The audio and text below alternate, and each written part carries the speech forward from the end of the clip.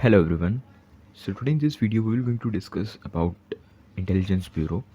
Intelligence bureau से एक mail आया था regarding extension of objection raising कि हम ऑब्जेक्शन को रेज़ कर सकते हैं अगर हमको कोई भी दिक्कत लग रही है कोई भी क्वेश्चन के सोल्यूशन में या कोई भी क्वेश्चन के आंसर में, and that is extended till 3rd अप्रैल।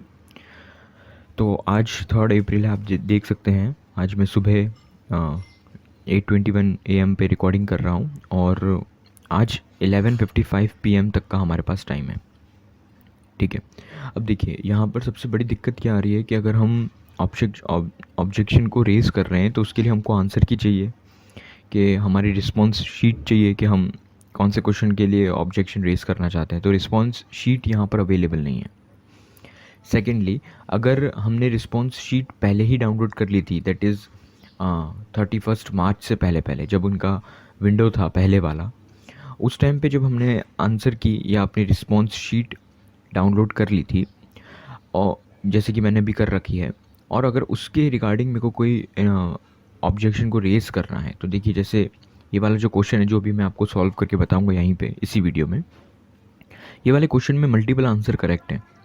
तो अगर मेरे को इसके लिए कोई आंसर की मतलब ऑब्जेक्शन रेज़ करना है इसके आंसर के लिए, तो मैं जैसे ही यहाँ पे सबमिट पे क्लिक करता हूँ, ओके ये डॉक्यूमेंट मांग रहे हैं, जैसे मैं डॉक्यूमेंट यहाँ पर सबमिट करता हूँ कि रिस्पेक्टिव डॉक्यूमेंट है मेरा, इसको मैंने यहाँ पे अपलोड करा।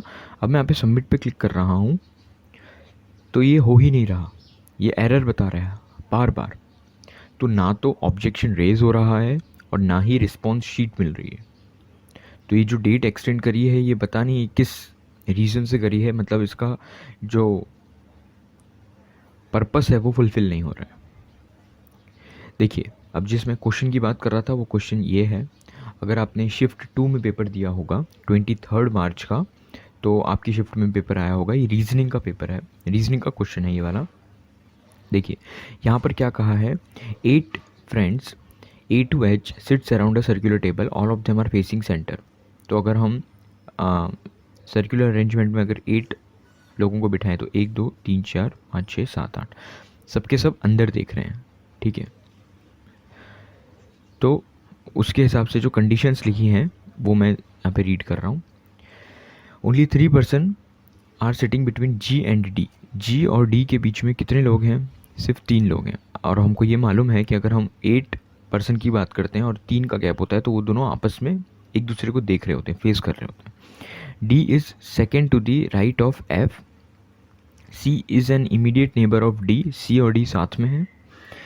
A sits third to the left of B। A sits third to the left of B. H is sitting second to the right of C. H is sitting second to the right of C. E and A are not immediate neighbor. E and A are not immediate neighbor. Who is sitting between B and E when counted to the left of E? ठीक है, चलिए तो अगर हम इसको arrangement को place करेंगे तो मैं अगर A को यहाँ पर प्लेस करता हूँ तो 2 छोड़कर 1 2 छोड़कर B यहाँ पर होगा मेरा। ठीक है, फिर B से लगता हुआ कोई नहीं है बट D से लगता हुआ एक था। ओके चलिए हम एक काम करते हैं, हम यहाँ से सॉल्व करते हैं। ठीक है, G और D के बीच में 3 का गैप है। अब आप कैसे भी करिए, यहाँ से 3 का गैप गिन लीजिए, यहाँ से 3 का गैप गिन लीजिए, एक ही बात है। और C और D दोनों साथ में हैं और F का एक छोड़ के राइट में है D, तो F का एक छोड़कर राइट में यहाँ पे D आ जाएगा। ठीक है, और C और D साथ में है तो एक बार C यहाँ पर बिठा लेते हैं और एक बार अरेंजमेंट कुछ इस तरीके से कर लेते हैं कि D यहाँ पर ले लेते हैं, C यहाँ पर ले लेते हैं, F यहाँ पर है एंड G यहाँ पर ही है ही। ठीक है, फिर C का एक छोड़ के राइट में है H, तो इसके हिसाब से H यहाँ पर हो जाएगा, इसके हिसाब से H हो जाएगा यहाँ पर। I hope you are getting my point. अब क्या कह रहा है कि B का 2 छोड़कर लेफ्ट में है A, तो B को यहाँ पर रख के 2 छोड़कर लेफ्ट में A यहाँ पर रख लेते हैं और E को यहाँ पर रख लेते हैं। ठीक है, और इसके हिसाब से B का 2 छोड़कर लेफ्ट में A को यहाँ पर रख लेते हैं, बट E और A साथ में नहीं बैठेंगे तो ये वाली कंडीशन फॉल्स हो जाएगी। E यहाँ पर बैठ जाएगा तो ये वाली कंडीशन ट्रू हो जाएगी। अब क्या कहा है, बी और ई के बीच में आपको काउंट करना है when counted from the left of E. तो लेफ्ट ऑफ ई में काउंट करेंगे तो आंसर आ रहा है एफ, जो कि इनने दिया है ट्रू। ठीक है, ये इनकी कंडीशन थी जो फुलफिल हो रही है। ठीक है, अब जस्ट अ मिनट, यहाँ पर अगर मैं ये वाली कंडीशन बनाऊँ, इस वाली कंडीशन से अगर मैं सॉल्व करूँ, ठीक है, यहाँ पर ध्यान दीजिएगा। अब ये मैं रेड पेन से बना रहा हूँ, 1 2 3 4 5 6 7 8, 8 लोग हैं, सबके सब अंदर फेस कर रहे हैं। अगर मैं ए को यहाँ पर प्लेस करूँ, डी को यहाँ पर प्लेस करूँ, 1 2 3 छोड़कर जी को मैं यहाँ पर प्लेस करता हूँ।